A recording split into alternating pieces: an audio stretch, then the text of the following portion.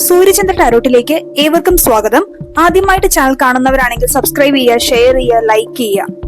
നിങ്ങളൊരു ജോലി മാറ്റത്തെ കുറിച്ച് ചിന്തിക്കുകയാണെങ്കിൽ താഴെ കാണുന്ന 2 പൈലുകളിൽ ഒന്ന് സെലക്ട് ചെയ്യുക.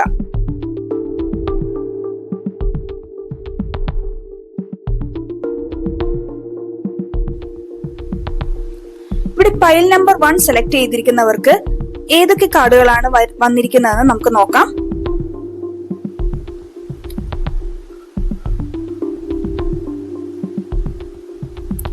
ആദ്യത്തെ card king of cups, 10 of swords and the lovers. നിങ്ങളുടെ തൊഴിൽ, ഇപ്പോഴുള്ള നിങ്ങളുടെ സിറ്റുവേഷൻ എന്ന് പറയുന്നത് നിങ്ങൾ ഇമോഷണലി ഇന്റലിജന്റ് ആണ്. എത്ര വർക്ക് പ്രഷർ ഉണ്ടെങ്കിലും നിങ്ങൾക്ക് കാമായിരിക്കാനും കോംപ്ലിക്കേറ്റഡ് ആയിട്ടുള്ള ആളുകളെയോ സാഹചര്യങ്ങളെയോ ഒക്കെ നിയന്ത്രിക്കാനും കഴിവുള്ളതായി കാണുന്നു.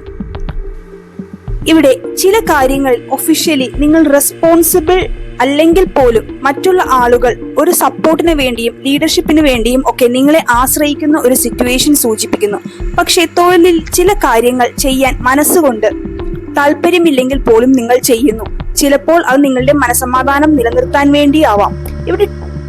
ഇവിടെ 10 ഓഫ് സോർഡ്സ് എന്ന കാർഡ് വന്നതുകൊണ്ട് സൂചിപ്പിക്കുന്നത് നിങ്ങളുടെ ജോലിയുടെ ഒരു പെയിൻഫുൾ ആയിട്ടുള്ള ഒരു ഘട്ടം അവസാനിച്ചിരിക്കുന്നു, അല്ലെങ്കിൽ നാടകീയമായി അവസാനിക്കാൻ പോകുന്നു എന്നാണ്.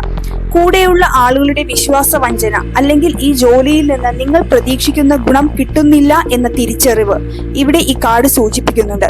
സ്വരം നന്നായിരിക്കുമ്പോൾ പാട്ട് നിർത്തുക എന്ന് കേട്ടില്ലേ? അത് നിങ്ങൾ ചെയ്യാതെ ഒരുപാട് ദൂരം മുന്നോട്ട് പോയിരിക്കുന്നു. അതായത് എക്സ്പയറി ഡേറ്റ് കഴിഞ്ഞ ഒരു കാര്യം കയ്യിൽ ഭാരമായി കൊണ്ട് നടക്കുന്നു. നിങ്ങളുടെ മോശം സമയം അവസാനിച്ചിരിക്കുന്നു. ഒരു പുതിയ തുടക്കം നിങ്ങളെ കാത്തിരിക്കുന്നു.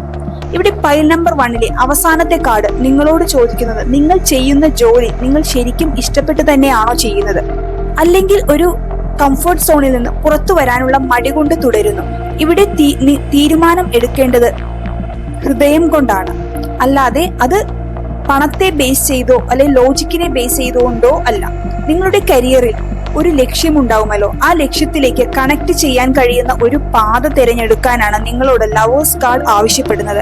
ഈ കാർഡ് സൂചിപ്പിക്കുന്നത് നിങ്ങളുടെ മനസ്സിനിണങ്ങിയ ലക്ഷ്യത്തിലേക്ക് എത്താൻ ഒരു മികച്ച അവസരം നിങ്ങളെ കാത്തിരിക്കുന്നു എന്നാണ്. പക്ഷേ ആ അവസരം നിങ്ങളിലേക്ക് എത്തണമെങ്കിൽ ധൈര്യപൂർവമായ ഒരു തീരുമാനം ആവശ്യമാണ്.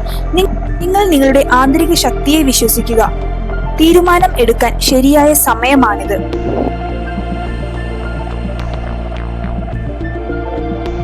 ഇനി നമ്മൾ പൈൽ നമ്പർ 2 റീഡിംഗ് ആണ് നോക്കുന്നത്.